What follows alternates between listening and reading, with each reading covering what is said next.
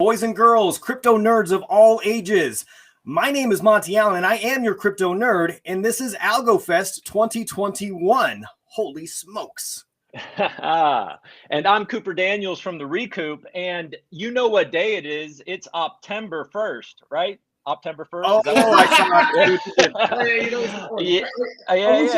October sounds so much better, but it gives me 2 months, right? So, yeah, all right. Yeah, anyway, right. Happy October. So, yeah, we're here with Mr. Optember himself, Lee Parsons, the CEO of Opulous.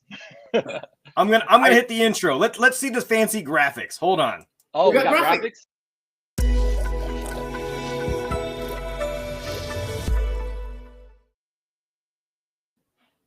All right. Nice. See, graphics. From the dog. What do you think? Good? All right. Oh, and we got viewers. Woohoo. Sweet.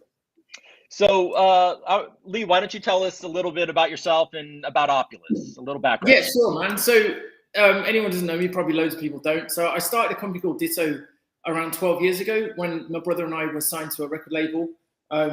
We didn't release anything when we were signed to our label. We were just stuck for like 2 years. And then we were trying to release our own music. We grew Ditto from having one customer to having like 500,000 users all over the world. We've worked with everybody from Ed Sheeran. I think Chance the Rapper's probably our biggest selling artist at the moment. Ditto has like 30 offices all over the world.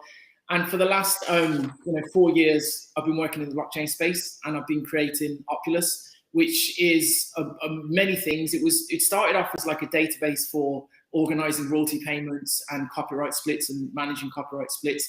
And then we designed a DeFi platform for helping musicians get loans based on their prior earnings. And then the NFT part, which was always, to me, NFT represents an asset. And the easiest way to represent an asset on the blockchain is a platform that we're actually launching in a few weeks. And yeah, man, and we've been building it with Algorand. We're building a lot more stuff with Algorand, actually. And it's, I think, going to be one of the biggest projects on the Algorand space next to Yodlee, who are really good friends, and we've been doing a lot with those guys too. So really good to see the Algorand development, man. Because I've known him for a few years myself, and it's just it's really exciting to see and be part of it. Sweet. Yeah. I think that you mentioned Yodlee there, and you're right. Yodlee is kind of got that momentum now, and you guys are not too far behind him. You got 13,000 Twitter followers, and you're definitely like the second largest presence, and you haven't even really begun yet. As you just said, in 2 weeks, you're really going to kind of kick it off. Man. Just pure shilling. No, I'm really joking. Do you know what? It's I think we started it really organically, right? So we launched like a music copyright. He has a British accent, so I trust him. Perfect. Right. It's works with women overseas and everything. Now we're joking. So we actually did a copyright launch. Sorry, my dog's new and he's a bit abandonment issues. So we did a copyright. We launched like 6 months ago, just a really quick one. We got 2 artists to kind of just test the waters and see if the idea actually worked. It moved so fast. Yeah, and it was, and then we got to spend about 6 months actually designing, and there was a lot of kind of hurdles to overcome from the legality aspects, because what we were doing was actually kind of classed as a security. So it was like, okay, well, how are we going to solve that? And then we did solve it, and we've got a really exciting partnership to announce about that in a few weeks. And then we just grew it really. We haven't launched it, but I think people know that we're genuine, and we've definitely worked very hard in this industry for a long time. We've got to just grow it really organically. And once we start, once you see some of the artists that we've got coming through, it's just really going to blow up really quickly. So let me ask you, so you mentioned artists there. Now, obviously the Algorand community is all behind you, but are artists as into blockchain and NFTs as the blockchain community? Does it take some education for them to be on board? Or do you find that artists are already kind of tuned into this community? You know what, right? Artists are really into it, but actually in most cases, it's the managers that you have to get through, because the managers kind of governance on what the artists want. Watch it.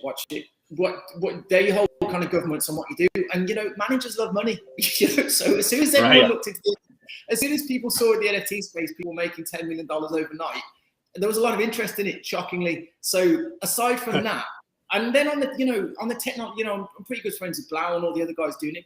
These are guys who've had Ethereum since 2014, and we've all been kind of, there's a sector in the music community that have always been into it and not really known how to do it. And even with the drops that we're doing, a lot of the big artists that we're working with, they were like, man, we wanted to do an NFT drop, but we didn't want to. Say goodbye. You're done now. Goodbye. I got interviewed by a dog for an AMA in China, and he looked a bit like it. So I don't know if I thought it might help. But a lot of artists we work with, right, were like, we've seen people do NFT drops, and it just looks like a cash grab, and we don't really want to extort money from our fans just for selling bits of artwork. And they liked Opulous because it's like, okay, well, if we're actually selling an asset of the song that's earning money, then we're really comfortable with that because we know that people are getting value. So I think they all see the value in it, but I think especially with Opulous, it's been an easier sell to those people that have kind of a forward vision. So if I were a musician and I was preparing for this, is there anything that I could be doing right now to kind of prepare for Opulous? Yeah, man, go and write some really good music. So in 6 months' time, we've got some. That's what all musicians should be doing. Get in the studio, especially in lockdown. We want to obviously open a platform to all musicians, right, to be able to come on. And because, Opulous, we've got some massive names, man. Some massive names that we'll be launching with, right? Household names. And that's great for investing. But if you're an investor, what do you want to invest? Do you want to invest in the next, I can't say anyone, but, do you want to invest in the next massive artist? Or do you want to find the next artist coming through like an Ed Sheeran who you can invest in, who is going to spike up? So the best thing about having Ditto music is, we've got everyone's come through Ditto at some point, from Ed to Sam Smith to all these guys, and you want to kind of catch those people on the way up of the independent if you're going to invest in someone. So what it will help artists do is anyone can come on the platform, anyone can sell a part of their music copyright, anyone can sell an asset of a fan experience. They can also take loans, and then for an investor, that's something you can actually back them, for the future. And if you want to go and play that artist song 1,000 times, you'll be getting paid for it. So I really want to kind of develop it into a platform, that every musician can go and just have a turnkey solution to use. Cool. So the community provided us with a handful of questions, and about, I think 9 of them were, when are we going to be able to buy? Or when are we going to be able to get, OPUL? Yeah, man. So right. we just announced the last round of the DAO Maker SHO on the 15th. That was that today. And as you can know, the exchange listing will be very close to that. So it will be definitely this month. And okay. I would say that the first NFT drop and the platform launch will also be this month. I have a massive event in London on the 18th of September, which is like 1,000 people at the O2 London, where we'll be launching we'll probably announce the first Opulous artist. We'll be announcing the big partnership that we have. And I'll be giving loads of information out over the next, for the next month at that event. So and we'll probably live stream that too. It's really exciting. Cool. Excellent. Now, Yieldly just dropped some news that they had that partnership with Mexi, which should, in theory, make it much easier for ASAs. So has there been some communication between you and the Mexi group? So I was trying to bring into my car. Was the dog? I'll say more. I've been warned. I haven't actually. But I mean, I've been having meetings. We're obviously doing some stuff with Yieldly because they're smashing it, man. And they're doing exactly what we want on the Algorand blockchain, which is building bridges and and the staking options, which are really sick. So the Mexi, no, but Yieldly, yes, and I'm sure there'll be more stuff coming out of that. Cool. The dog's Coop, you want to read that one from the chat community? Yeah. So will copyright NFTs be recognized as official copyrights by any governmental regulatory agencies? Yeah. Yeah. Cool. Easy. Short and sweet answer. All right. Yeah. I'll take the next one. I mean, I could see that we've already seen regulations where smart contracts are going into place. So I can see that. There you go. Hunk if you love Opulous. All right. The next question here for the audience. If DeFi loans will be backed by future royalties, which they are, right, in the first couple of examples you gave, what will happen if an artist fails to produce future royalties? What terms, obligations are there to pay back the loan? I guess it's good question, man. So the way it works, right? So Ditto out, millions every month to artists. Yeah. So if you're an artist and a lot of artists have been on Ditto for like 10 years. So we know pretty much what they've earned for the last, 10 years. And then you look into it and say, okay, well, this is how much money I can loan them based on what they've earned. And what happens is if they don't pay the money back, those royalties are just paid out from Ditto directly to Opulous until it's paid back. So the copyright diverts to Opulous. right, as the ownership, just until the loan's paid back, and then they get ownership of the copyright back. So we don't really take anything like someone would take the house off them, but they would only get that loan if we are 100% sure that that copyright is guaranteed. And if they don't pay the loan, then the copyright reverts to us. It's a quick changeover with Spotify, and then they get it back as soon as it's paid. Got it. Okay. So in essence, it's kind of like you got first lien position on the royalties, essentially, until they exceed all the payback, and then it's back to them. All right, that makes sense. Have you been approached by any other copycats or any other folks in the industry that want to get into this space, or is everybody kind of watching you, hoping you're going to lay out the roadmap? I know Blau's doing something similar. I don't know what he's doing. Like I said, there's a bunch of stuff we're doing. The DeFi, no one's really doing, because they don't have access to the same assets we do. And you've got stuff like BlockFi that will loan you money based on how much Bitcoin you have, but obviously that's subjective to the market. So in a bear market, you're not going to want to take a loan out if your Bitcoin's going down every day and it's just costing you a fortune. I think what we're bringing to the table in the DeFi market is something very stable, because we know how much money is in there and how much they can lend. On the other side, on the NFT music copyright, I know Blau is doing something as well. Like I said, I speak to him a lot, but he's not approaching it. I don't think so as a security, and we will be, because we want to make sure it's all kind of legally compliant. There's an argument it isn't a security anyway. It just depends if you kind of have the backing to do it. And I think what Blau's saying is he doesn't believe it is, so he's just going to go for it, which is very admirable. But I'm not getting sued. So right. It's a little bit of a gray area there, so better safe than sorry, in your opinion. Right. Yeah, man. It's just once we announce the partner that we have, I think people will become very clear that we're on the way to the moon, and cheese, and you can't eat much on the moon. So I think once we announce, it will all make a lot of sense over the next few weeks. So over the next few weeks, you're going to be announcing a lot of these, like the musicians and a lot of these things. Yeah, because it's September. It's September, man. And then I can't wait. Then it's October. Cool. It's the gift that keeps on giving. So you can't tell us a bunch of stuff, I know, but you want to. You really want to. I can tell. I love it. Every time I have like a pre-workout and go on Twitter, I've got trigger fingers, but I've got to be really careful today, and I haven't drunk anything. Right. Okay. So can you tell us maybe just how many NDAs do you have right now? I would say in October, we will be launching at least 4 absolutely massive artists onto the platform.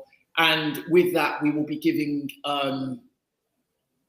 aside from the music copyrights, there'll be some really amazing stuff for people staking the Opulous token. And I believe that, I think Yieldly will be a big part of that too. So there's definitely going to be some mad stuff happening. Wow. Cool. How much... So you kind of defected a little bit. Some of the community was like, "Hey, what happened to Lee? He went to the dark side and started using some ETH over there." So talk to me about the decision to use both. Monty, I think it was mainly yourself. See, you've upset the dog. Do you know what? When I obviously, what you looking at, mate? What you looking at? What's going on? Hey, is Monty being mean?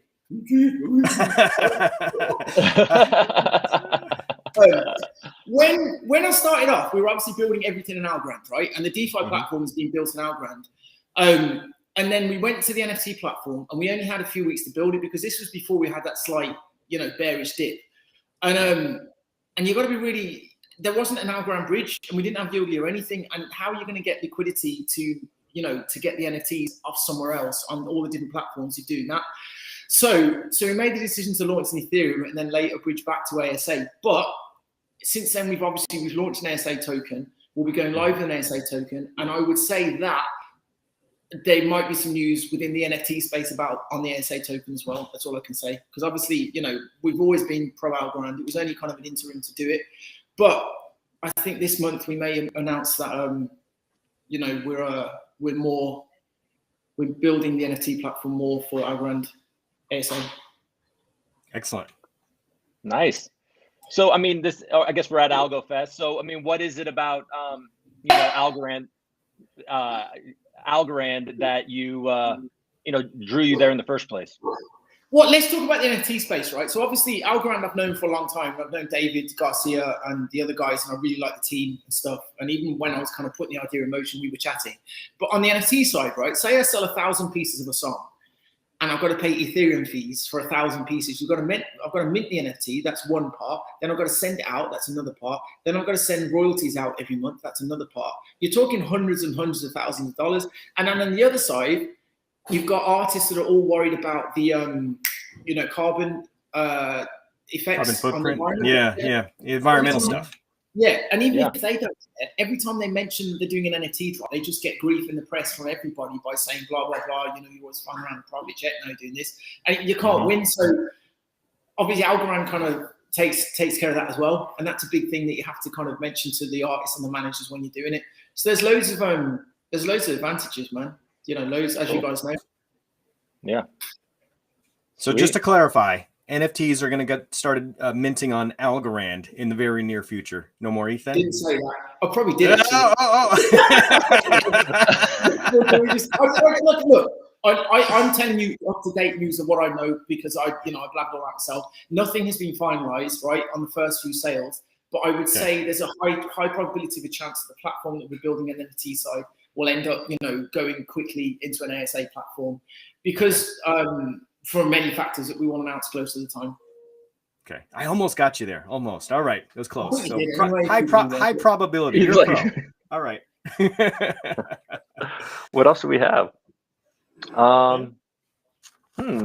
Are you considering allowing users to use any other ASA token such as Lee to lend and borrow on your DeFi NFT market? It's kind of an unusual question, but I think they want to know if you'd use anything else, or maybe what if artists want to get paid out in something other than fiat?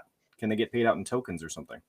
Yeah, man. I mean, obviously, we want to use our own token as well. I think because we're developing an ASA platform, it'd be a lot easier to do ASA than an ERC20.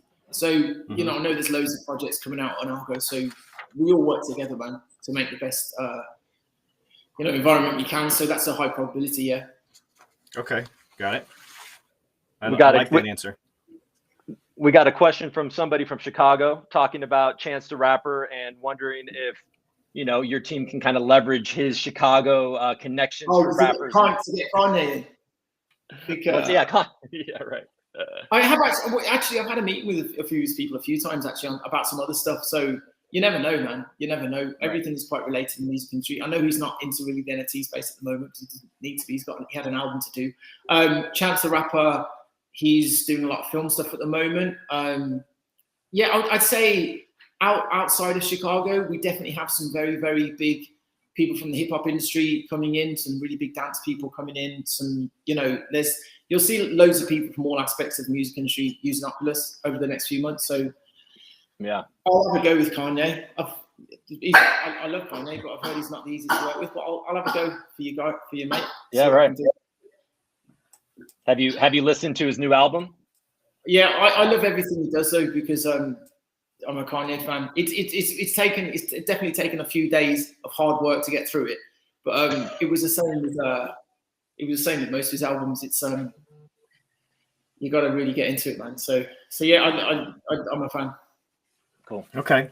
So we've got a couple more questions here from the audience. So next question is, let me see if I get this right here. So the folks want to know, as you educate the mainstream artists on NFTs, do you think that this is going to draw more artists to you because they're interested in this space? So is this in addition to like just a cool thing for your current clients to use, but are you going to gain new clients because they want to get into the space?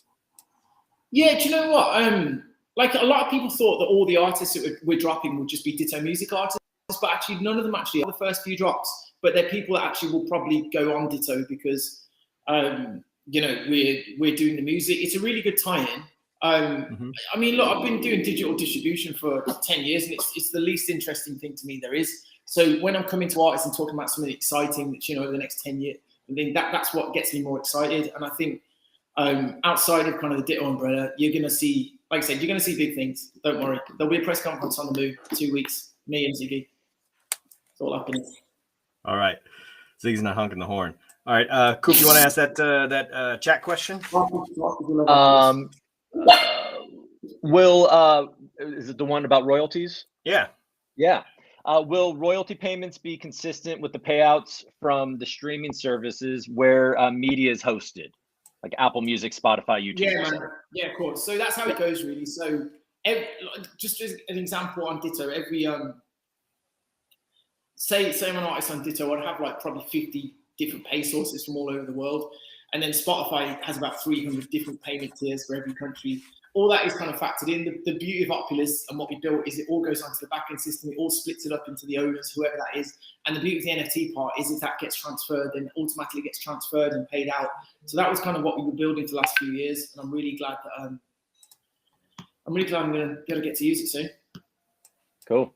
Fantastic. Now, Opulous, your team, right, and is technically been in existence for a few years. So a couple of questions. Yeah. Number one, how many people are in Opulous? And number two, was it always going to be this NFT model? Because it seems like it was pretty early on. And you've had this idea maybe kind of on the back burner for a little while. Yeah, actually, man, if you look at an interview I did in it was published, man, mate.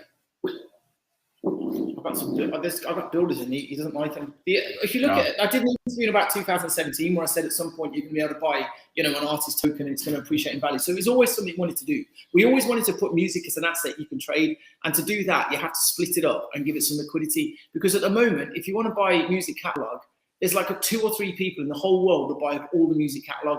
And it's something that you and me can't get into because they're just going for 10 million, 20 million. But we should be able to buy a small part of a small song. And that's what's happening in the NFT market, in the same as the real estate market. There's loads of other businesses doing this. So you need fractional ownership. Yeah, exactly, fractional ownership. So that was always in the back of our minds. We always built, the platform to be able to do that. And then, with the NFT model, it just kind of, we were building it anyway. It's just I think the whole crypto market needed something that people could latch onto and kind of understand, and get excited about. Because if I tell someone, look, we're doing a back end system that's going to just fall asleep, I would, in the first 10 seconds. But once you kind of dress it up and say, look, it's an NFT, it does this, then it sounds exciting. And that's what we all need, man, in the crypto space. We need something people are using day in, day out. So I forgot what the question was, but whatever. Brilliant. How many people on the team right now? How big is Opulous, internally? It's pretty big. We have a pretty big agency that we're using. A few of the agencies that design all the Algorand stuff that we're using, they're quite big teams. A couple of project managers, myself, one of my best friends, and we started off pretty small, man. Like back in January, a couple of us, and just really built stuff when we needed to. We've got a really, really exciting hire from the music industry that we'll probably announce over the next few weeks. Who's a really, really who actually works. Anyway, that's good. So yeah, I wouldn't say it's huge. I don't think you need a company to be that huge, man. And all these startups that come on, hire hundreds of people, just generally just burn money. You got to really, grow it organically and build, stuff when you need it. And I think honestly, having that bit of a bear market was the best thing that could have happened because it gave us time to really focus on the product launch, man. And we've got so many things coming, as I keep saying. Yeah. I actually don't know what this is, but a question is Opulous going to be kind of like what the Miso platform is on SushiSwap? Yeah, I don't know what that is either. I know what Miso Soup is, and I guess that fits in with the sushi thing, but I don't know what that is. If anyone knows, drop it in the chat. Yeah. Do you know what that is? I don't know what that is either. Awesome. Well, I'm not an ETH guy, so. Sweet. I haven't seen it. I do have a question though about the so musicians who go onto the platform and kind of a fractional ownership and for royalties, do they have options on how to get the payout? Is it all or nothing right away? Can they opt to get some now and some later? Do they have some options when they go in and they say, hey, you know what, I want to leverage this for some cash now versus later? Oh, so they'll get their statements every month, right? Because the beauty of Spotify and iTunes is they report every month. If it's something on the publishing side, it can take longer. But if you look back at the CD market, you literally used to get a sales report possibly once a year, and it just didn't make any sense. With digital sales, it's going to be so sick because you'll be able to see, okay, it's made this on YouTube, this on Spotify, this and so. You'll get all the full breakdown of the sales. And then you will get, you'll get an option to have your money in USDC, or Opulous token, or whoever else we have, maybe some Algorand. I don't know. See which one's the most popular. Right. Yieldly. he's got all the momentum at the moment. Right. Have you thought about, so Yieldly just unveiled their NFT, prize games. Is there a chance we could see some Opulous NFTs involved there at some point in the future? There's a big chance. Uh-huh. Mm-hmm. That was an appropriately vague answer to an appropriately vague question. I'm trying. And I think a very clear answer. What's that? Yeah, well, actually, Seb messaged me this morning about that, and we were talking about what we can do and stuff. So, one of the big reasons Yieldly is so successful is because people are staking it so much, and they obviously believe in the project, and they made it so attractive to stake. They've got a great APY. They're making it exciting with the lotteries, and everyone's talking about it, man. And that's a really great model to have. All the people that kind of believe in the project aren't selling it, and that's why it's doing so well. So all those things they're launching, like the NFTs and stuff, that's something, we want to implement as well. And I'm really glad that they're in the Algorand ecosystem, man. And they went before me. So I could learn from what they've done. Well, and it ties back to what you were saying with kind of like excitement and branding. And, obviously the flamingos and everything is just kind of cool. It's appealing. Yeah. Somebody in the chat just said, Miso is a launch pad. So Opulous is a lending platform for artists to borrow against, but could it become a launch pad? I don't know if it'd be a launch pad for other projects. It might be a launch pad for artists. Yeah, definitely for artists, man. And that's how I see it. It's like initial launches for releases. Because what we're seeing, right, some of the releases that I'm doing, they're actually massive singles that are going to get released into the market a few weeks after we launch them. So they're going to use that as a press springboard. All the investors will get in straight away. And a few weeks later, the song comes out and it will be on, it will be on Spotify and it'll be on New Music Friday and all these platforms. So if you see, the amount of promotion you can get there, and also if you're selling a few thousand pieces of the song, all those people are obviously going to push it on day one. I mean, I use this example a lot, but when we raised a bunch of money with Opulous, right, at the beginning, and then we raised a bunch of it from VCs, and after a few months, we were just like, man, these VCs haven't done anything.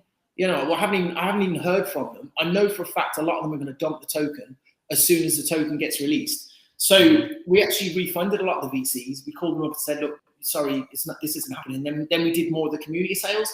And I think that's why our community grew so much. And that's why, whenever you see posts on Opulous, it's just, people, do the marketing, for us. They're really helping us marketing. If you translate that over to the music side, you've got a record label who, unless you're the one or two artists on that label who are getting all the money spent on them, it's unlikely they'll do any work. Translate, okay, but if you've got 3,000 people on release day that are, actually bought into your song and want to be successful, you're going to see that shoot up on the socials, you can shoot it up on the plays.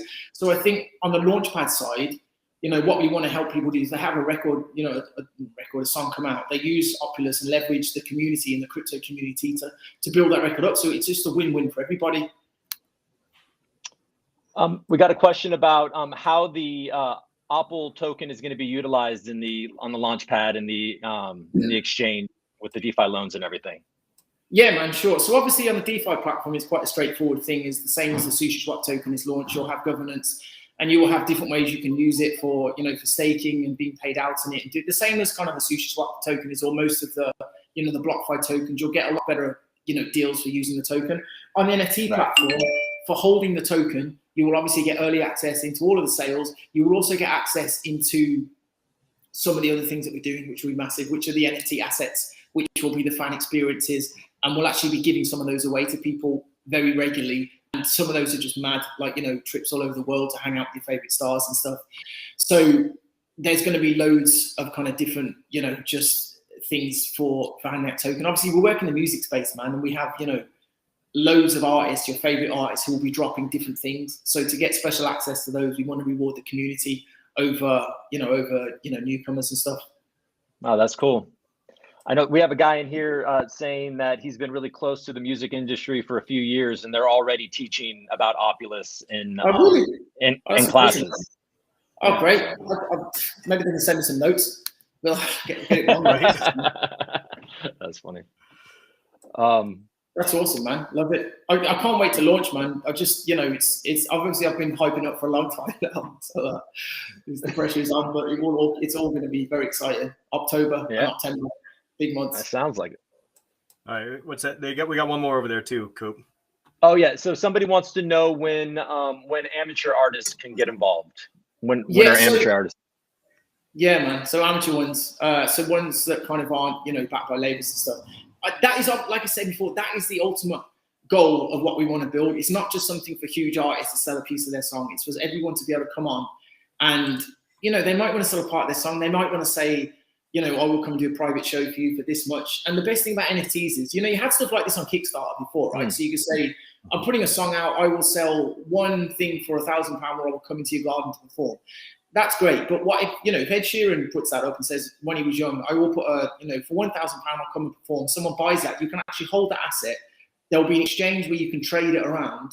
And then eventually, you know, as that kind of, as his career goes up, people appreciate in value. So even if people aren't speculatively buying it because they want to see you perform, we can, you know, you can buy stuff speculatively, and it will just cause so much more interest from investors on things, the music industry. So we want to be able to any artist to come on and yeah, sell whatever they want really. So I think it's going to be, you know, it's not going to be, you know, this year, but I think early next year, once we've got, you know, all the test stuff out, that's based ultimately what we are building. Cool. Well, what else? I think that so musicians themselves, when they you know, they start with the platform, I guess, is like they can earn, they can get some of their funds early, but which is good for them, and more of them, a higher percentage it seems like.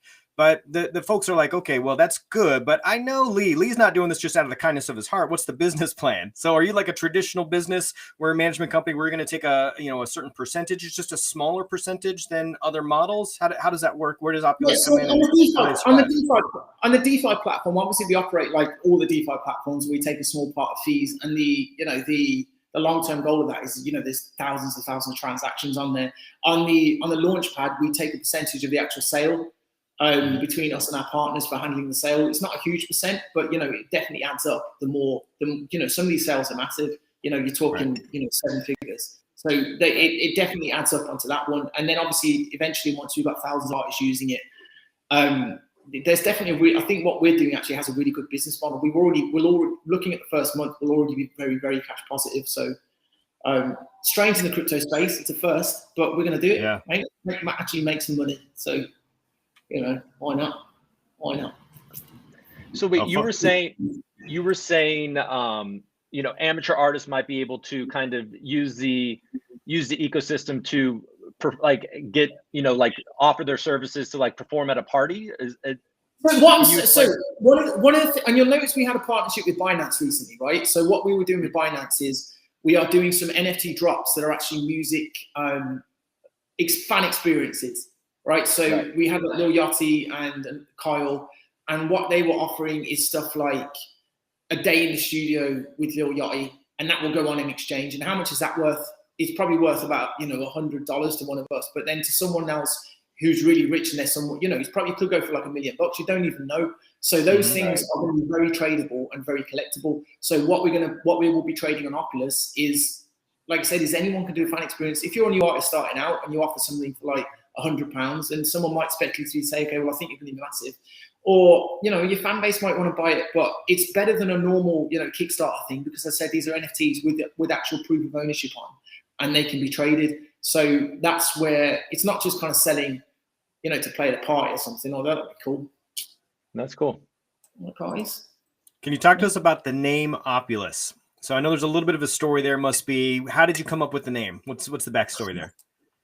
I don't know whether to tell the real story. I can't remember. I said I was very hungover on holiday, and then we were trying to think of a name, and I just said to the mate, I'll just need something just throw away, like, and I meant to say Oculus, and then I wrote it down as Opulous, and then I thought, man, that actually sounds pretty cool. Then I looked it up, and it means opulent, which is obviously wealthy, and obviously there's a very lucky in some of the Asian markets.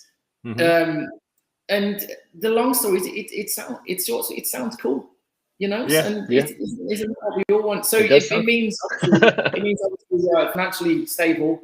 It's a brand new word, like a Google word that hasn't really been used before, and yeah, I like it now. Sweet. A happy accident, I think. Did Opulous make any changes to go forward due to the DAO maker hack? Nah, not really. I mean, we're only raising a little bit of money on Downmaker for the next round. And honestly, Downmaker are a really good team, man. And I think everyone has been hacked, and I think they've made sure everything was good from that point. So I get why people are a bit concerned, but man, everyone's getting hacked at the moment, and it's bad times. Apart from Algorand, can't get in there. Fortress. Right. It's secure. All right. So talk to us about this the token generation event that's happening in September, I guess we're calling it, right? So what's the plan here? How do we fill us in a little bit more? So we've got a bunch of dates happening. Questions. Yeah, so we've got a bunch of dates happening. The first thing we have to do is a second round on Downmaker, because we owe them a round, and it's like the people have entered a lottery to get into that, and it'll be like, I think it's like 100 grand tickets. So they will do that on the 15th for us. That is the last allocation there is from that point. And you can expect an exchange listing around that time, very close to that time. We have a big Ditto event on the 18th, like I said, in London, which is an absolutely massive event. It's so we'll be announcing probably the first artist drop that we do at the event. We'll be announcing the partnership at the event, some other news, probably some Algorand news too, probably some Yodlee news. And then I'm going to trip up and say something I'm not supposed to say. And then we'll have I think I've given the date away already. I can't remember, but we'll have an artist drop this month. Okay, we almost got you. I don't know. Sometime before the 18th, I think maybe is what I got there. Possibly. No, it won't. Well, it won't be. We won't do it before the TGE, and we won't do it before exchange listing. You will have some time before the artist drop to be able to stake your token and get some really sick stuff for when the artist drop comes up. And also, like I said, we'll be working with Yodlee to make sure the ASA has a lot of perks for it, for the ASA holders. And the future is ASA. Let's go. How much of your time is spent with Opulous right now versus Ditto? Are you 100% Opulous? What's your time split like? Yeah, man, I'm pretty much 100% Opulous, to be honest. Ditto kind of runs itself, and my brother also runs Ditto. Ditto is something, I started myself, and it kind of grew into this thing that I don't have to do much to, which is nice. And I love Ditto, but I guess right now the passion is the dog's name is Ziggy, and my dad gave it that name, and we didn't love the name, but my dad never comes up with anything, so we just thought we'll let him have it. Just went with it, and I quite like it now. So yeah, man, like I said, forgot what I was talking about there, but to the moon. I think you're giving us a specific date on when the listing was going to happen and some NFTs drop. What I will tell you is the 18th we will announce first drop on the date. Okay. So that's definite, and it will be this month, and the exchange will be this month. All right. Nice. So we got at least this month, and we got on the 18th we'll get an announcement. All right. We like that. What other projects are you watching, man? What else is on your radar right now? It's really hard to say, man. I'm mostly in Algorand or Ethereum. Obviously, most of my team were in the actual seed investor round from Algorand, from when it actually first started, and they're still holding. We're all holding our tokens. So I really think Algorand is. I think $10 is definitely possible. This year, I think it's going to go with all the stuff happening. It hasn't really had its run yet on the price. I don't even know if we can talk about that, but there you go. So. I bought a load of Ethereum when it was like $100 last year because, and I generally just stake that and watch it go. I really just there's only a few things I really go into, to be honest. So I really like Yodlee as well. But ASA or Ethereum for me, that's it. What do we got here? There was a document. There was a documentary not too long ago about how musicians had to declare bankruptcy due to not being able to repay the loans and the cash flow during their career, and their career was not sufficient enough to keep them afloat. Yeah. Man, do you know the problem was, right? And I've got artists that I work with who are on 9% deals, 9%. So basically what happens is they sign a record deal, they get maybe like 20 grand advance, right? 20 grand. And then their master goes to the record label, which is the whole ownership of the song. They get paid 9% back. And you get that 9% back after the record label spent everything. Now that classes as your video. If the person working on there goes for lunch, that classes. So basically the record label probably will give you 20 grand, spend £1 million, and then you'll get paid 9% back of the net on that. So you end up owing about, at least 900 grand when you've finished. And that's after, working on it for 6 to 12 months. That's what it's been for 50 years. Well, since the beginning of time, because record labels get away with it. At the moment, you can't get away with that. And, because of, honestly, people like Ditto, we actually came in and said, okay, well, we're going to give a platform to independent artists to release without a label. Because honestly, the reason I started with Ditto was because I was on a label and I couldn't release any music anywhere. I couldn't even get it in a shop. No one would give me without a deal with a label, you couldn't do anything. And now because of streaming and sites like Ditto, artists are more in control. The labels actually can't get away with that. They would do it. Whenever you see artists do a press release about, we're doing this, you have to do it now. You'd still be taking 91% if you could. So unfortunately, all the artists you see from the 80s and 90s, early 2000s don't have any money. All the, massive artists, man. Anyone who's had a #1 single, they probably ended up in debt, which is mad. And if they're not touring anymore, which a lot of them aren't, they don't have any income. But what you're seeing now is people that Ditto have worked with, AJ Tracy, your Stormzy's, Dave, who, we worked with for a long time. These guys all own their music. And that means they'll be earning money. Chance the Rapper owns everything. So he'll be earning money for the next, his family will earn money always from that music every year. So it's a much better spot now. Right. And that's why Opulous is going to capitalize on that to the moon. Do you want to take that? Oh, I wasn't going to ask that question. I had another one. So okay. Is there a chance that people who own these rights, these I don't know, the portfolios, that they could NFT somebody else's music? Do we run that risk of somebody else, not the artist, creating NFTs for these? I'm not sure what you mean. Who owns the portfolio of songs? So you mentioned a whole bunch of artists who own their songs, right? They own their masters or what have you, right? So what if another company owns them, or some other individual who's purchased those rights? Is there a chance that they would create NFTs and, the artist misses out again? No way, man. I mean, that's the beauty of the blockchain, right? It has to be recognized and properly validated to get on there. And once it's on there, you can't have the wrong information. If the wrong information goes up once that person blacklisted from the blockchain, that's why we need the blockchain. Actually, that is what happens. I give the example all the time, but the Happy Birthday song, Warner Brothers just said they owned it for like 70 years. No one checked, and they made about $200 million just by saying we own that. And no one could even prove anything. With the blockchain, It's got to be validated by a bunch of sources, which are the writers properly. It's got to stay on the blockchain. So all that stuff, you can't mess it up, and it's a long road to be able to get all that stuff done properly, and that's something else we're working on, but we definitely won't have the same mistakes that we had in the past, no. So I think that's one of the problems it's going to solve. Good. All right, I cut you off, Coop. Go ahead. Did you? No, I'm good. Okay, I mean, from an ethics perspective, does Opulous offer that protection so musicians don't find themselves in a similar situation in 5 to 10 years?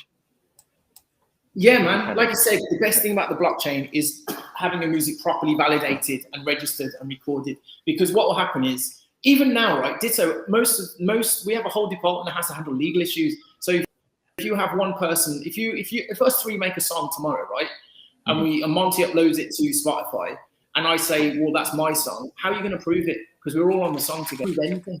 And what actually happens is Spotify will have to open a legal dispute. I'll have to open a legal dispute. We all go around in circles for about 6 months, and it all just goes wrong.